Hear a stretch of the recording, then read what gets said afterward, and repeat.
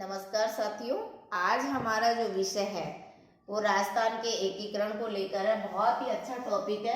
All competition में पूछा जाता है आरपीएससी में।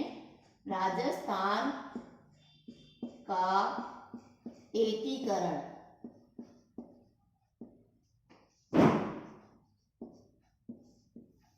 साथियों, राजस्थान का एकीकरण 7 चरणों में हुआ और 7 चरणों में आपको एक छोटी सी ट्रिक्स बनाई है हमने। M P S V R A we.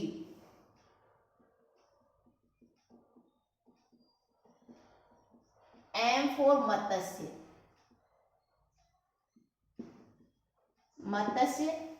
मत्स्य संघ में चार रियासतें और एक ठिकाना था। मत्स्य संघ का गठन 17 या 18 मार्च 1948 को। देखिए, ये जो रेशो है, दोनों डेटास नहीं दिए होंगे। ऑलमोस्ट जो ऑथेंटिक बुक में ये दिया हुआ है 18 मार्च 1948 को। इसमें अलवर, भरतपुर, धौलपुर और करौली, ये 4 रियासतें थी। एक ठिकाना नीमराणा था जो अलवर में पड़ता है। सीधा सीधा पूछा जाता है, मत्स्य संघ के प्रधानमंत्री शोभाराम कुमावत।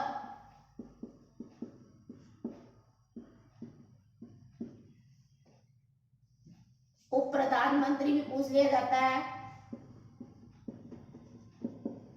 उप प्रधानमंत्री जो मत्स्य संघ के उप प्रधानमंत्री थे, गोपीलाल यादव।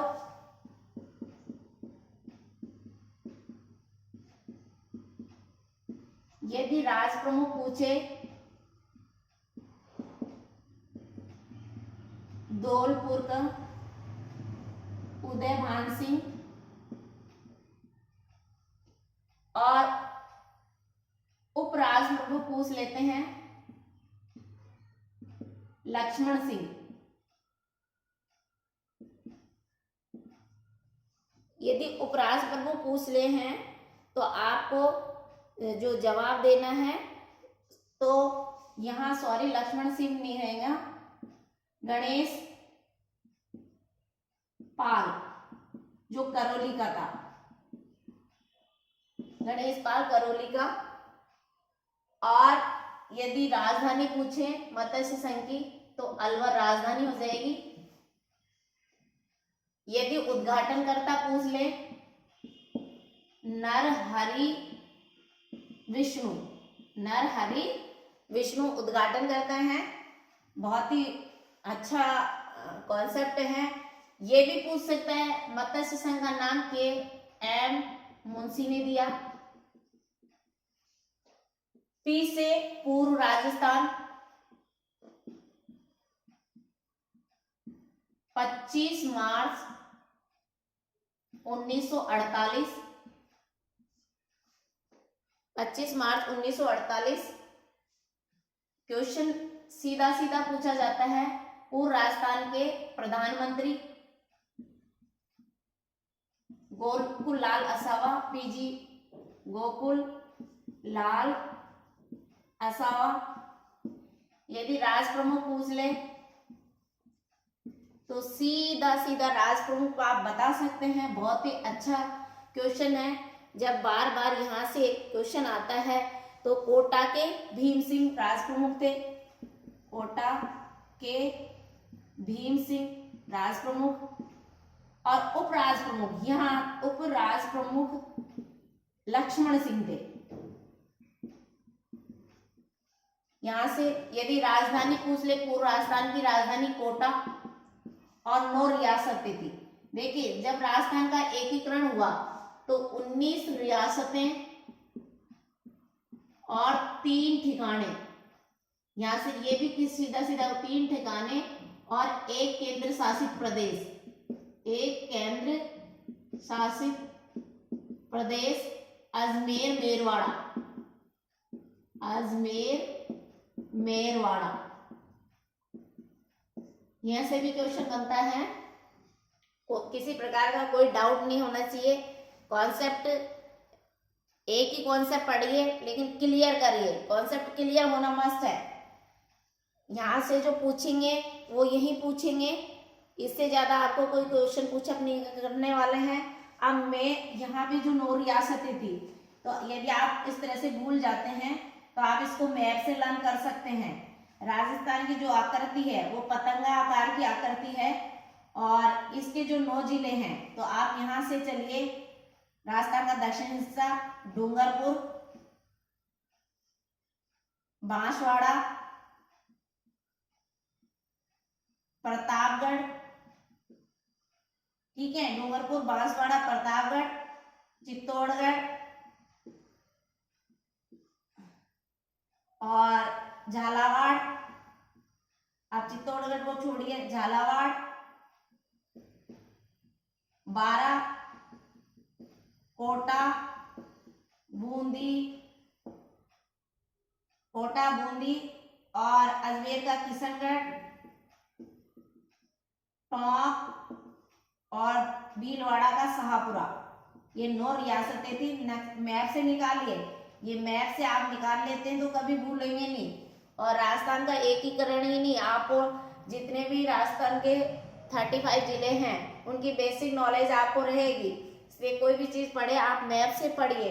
उसके बाद में है S4 संयुक्त राजस्थान, संयुक्त राजस्थान, संयुक्त राजस्थान 18 अप्रैल, सन तीनों के एक जैसे आएंगे 1948, मत्स्य संघ 17 मार्च से 18 मार्च 1948, पूर्व राजस्थान 25 मार्च 1948, 18 अप्रैल 1948।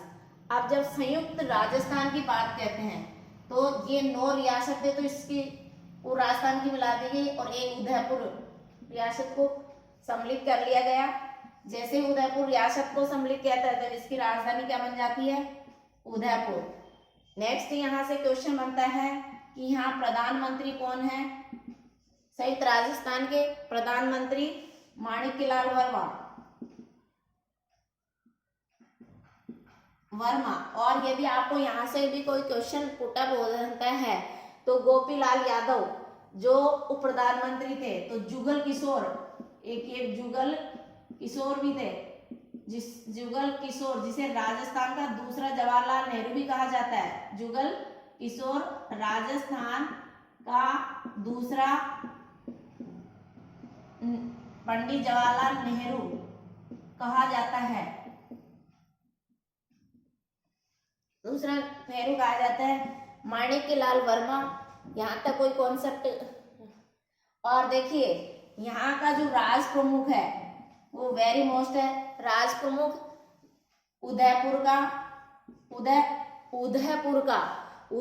का जो राज प्रमुख है भोपाल सिंह, उदयपुर का राज प्रमुख भोपाल सिंह। क्वेश्चन यहाँ से बहुत अच्छा क्वेश्चन। राजस्थान के जो एकीकरण का तीसरा चरण था, एकमात्र अपाहिज राजा ने भाग लिया गया था पार्टी से, उसका नाम था भोपाल सिंह, ये भी क्लियर है। और इसका उप राज प्रमुख कोटा का भीम सिंह, उप राज प्रमुख कोटा के भीम सिंह। अब आ जाता है V, 4th चरण का V यानी वृहद राजस्थान, वृहद राजस्थान। अब वृहद राजस्थान, वृहद शब्द राजस्थान जो बहुत ही इंपॉर्टेंट है, 4था चरण वृहद राजस्थान। इसका जो बात करें तो 30 मार्च 1949 को इसी में 5 विभाग जोड़े गए थे। 30 मार्च को पहला शिक्षा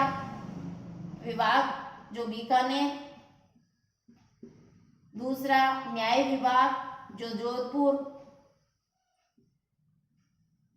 और कृषि विभाग भरतपुर, वन्य विभाग कोटा, और जो हम बात करें वन्य विभाग की कोटा, और खनिज विभाग उदयपुर। ये 4 बड़ी रियासतें थी, जयपुर, जोधपुर, जैसलमेर और बीकानेर। वृहद राजस्थान 30 मार्च 1969। ये 4 बड़ी रियासतें थी। बहुत ही अच्छा क्वेश्चन है। उसके ये 4 बड़ी रियासतें। अब जो प्रधानमंत्री है वो हीरालाल शास्त्री, और इस वृहद राजस्थान की राजधानी जयपुर। ये मत्स्य संघ और पूर्व राजस्थान, इन दोनों के उद्घाटनकर्ता नरहरि विष्णु थे। इसके जो उद्घाटनकर्ता की बात करें हम तो पंडित जवाहरलाल नेहरू थे। थर्ड के हम बात करें संयुक्त राजस्थान के उद्घाटनकर्ता पंडित जवाहरलाल नेहरू थे। और जो फोर्थ के जो उद्घाटनकर्ता की बात करें तो सरदार पटेल थे। प्रधानमंत्री हीरालाल शास्त्री और उद्घाटन करना सरदार पटेल थे। और जो हम बात करें महाराजा था उदयपुर का भोपाल सिंह राज प्रमुख था। जयपुर का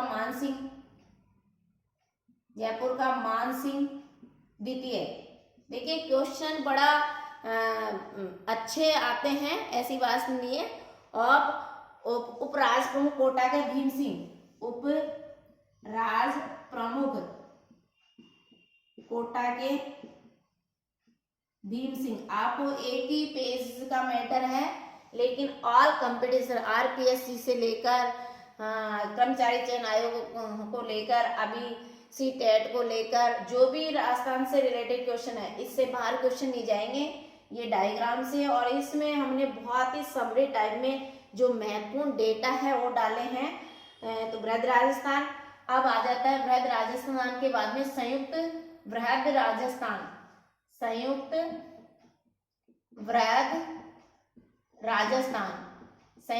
राजस्थान 15 मई 1949 को, संयुक्त वृहद राजस्थान में 15 मई 1949 को।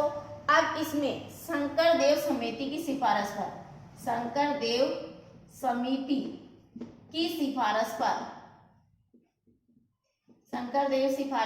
मत्स्य संघ को शामिल कर लिया गया।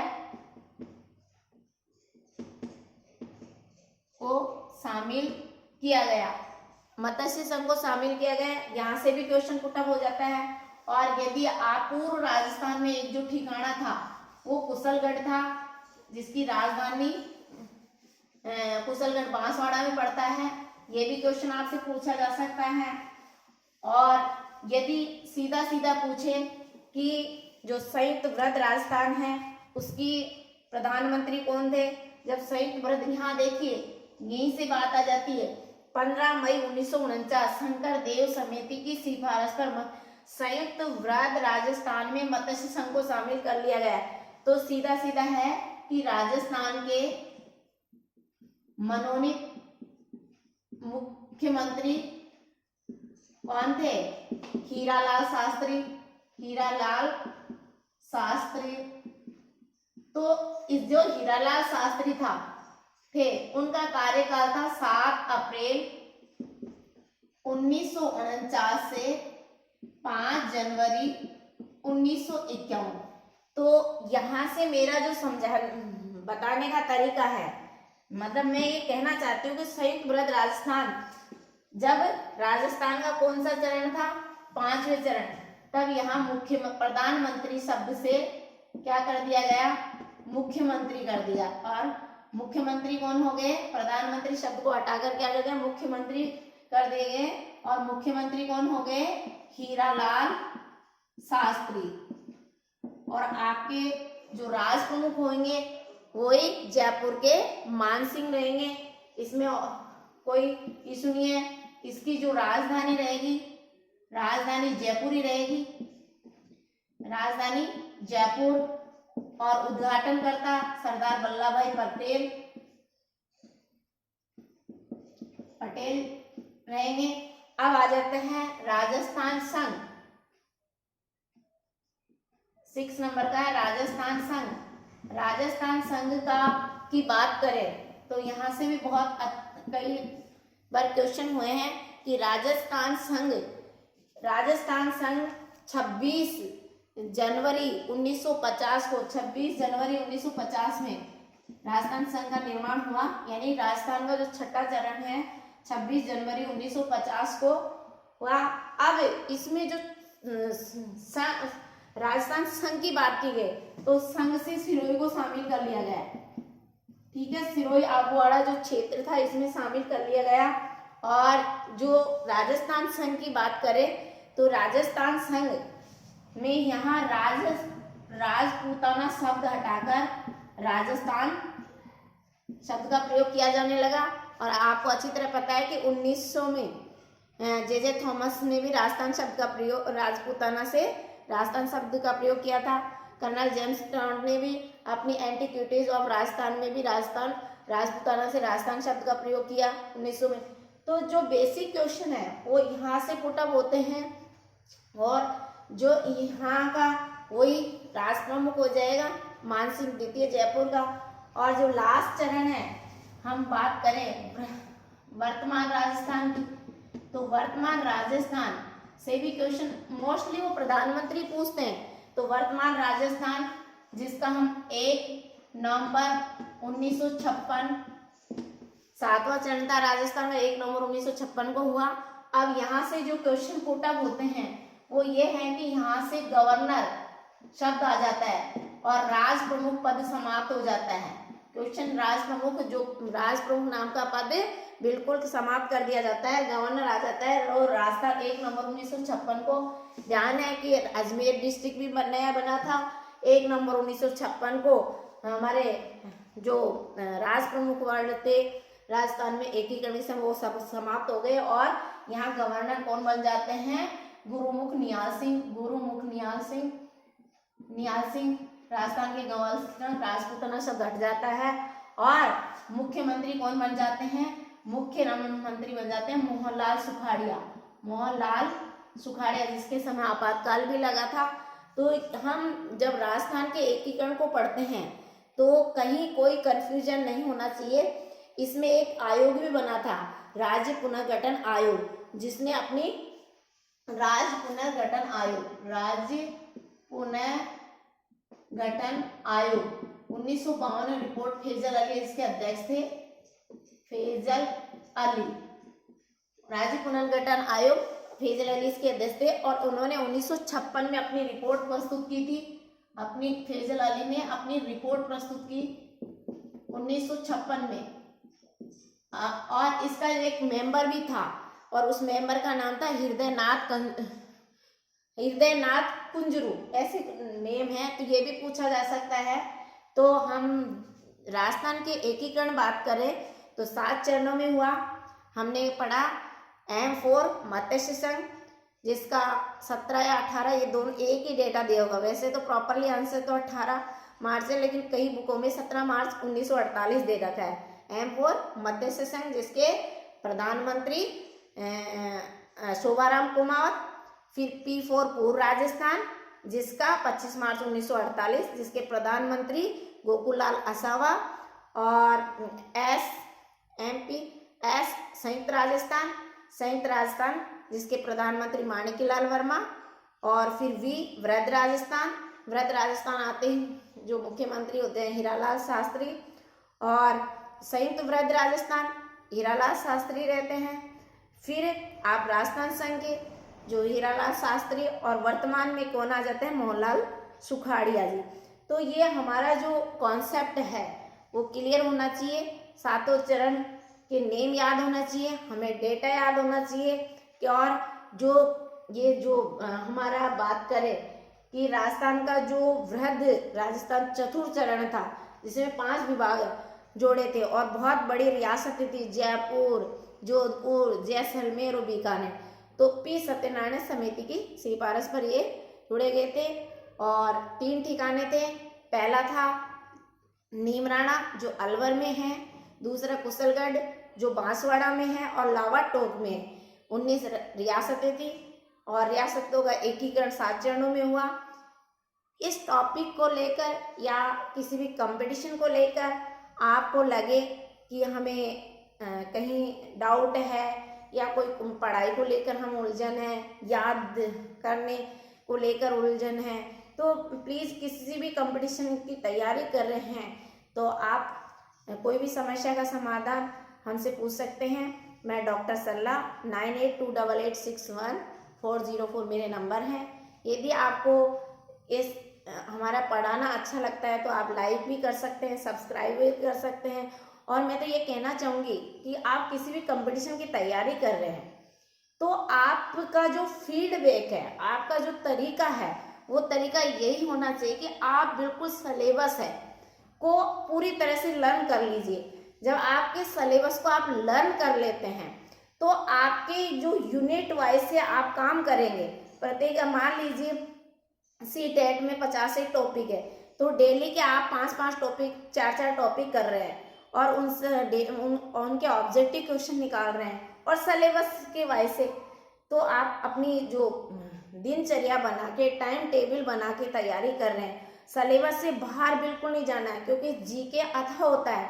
और थोड़ा ट्रिक्स निकालिए, अपने फ्लू चार्ट बनाइए, नक्शे से पढ़िए, मैपिंग कीजिए, है ना, और समरी बनाइए। थ्योरी पढ़ने के बावजूद भी आप एक रजिस्टर अलग से तैयार कीजिए। डेली के कम से कम 50 क्वेश्चन रटिए। इस तरह से अगर आपका तैयारी करते हैं तो स्मार्ट वर्क, इसी को तो कहते हैं स्मार्ट वर्क, कि वंस आप नोट्स बना रहे हैं सिलेबस के अनुसार नोट्स बनाइए, कम से कम हफ्ते संडे 6 डे की प्लानिंग बनाइए और एक दिन आप उनको रिवीजन में डालिए। बार बार लिख लिख के आप लर्न कीजिए। डेली के 50 क्वेश्चन निकाल लेते हैं तो महीनों में रेसो रहता ही है। और सिलेबस के अकॉर्डिंग ऑथेंटिक बुक रेफरेंस निकालते हैं, अच्छी न्यूज़पेपर पढ़ते हैं, तो मुझे नहीं लगता है कि आपका सिलेक्शन नहीं होगा। आप बहुत अच्छे परफॉर्म के साथ आपका सिलेक्शन होगा और एक आप बाबा साहब की तरह एक अच्छे आइकन बनेंगे। Thank you so much.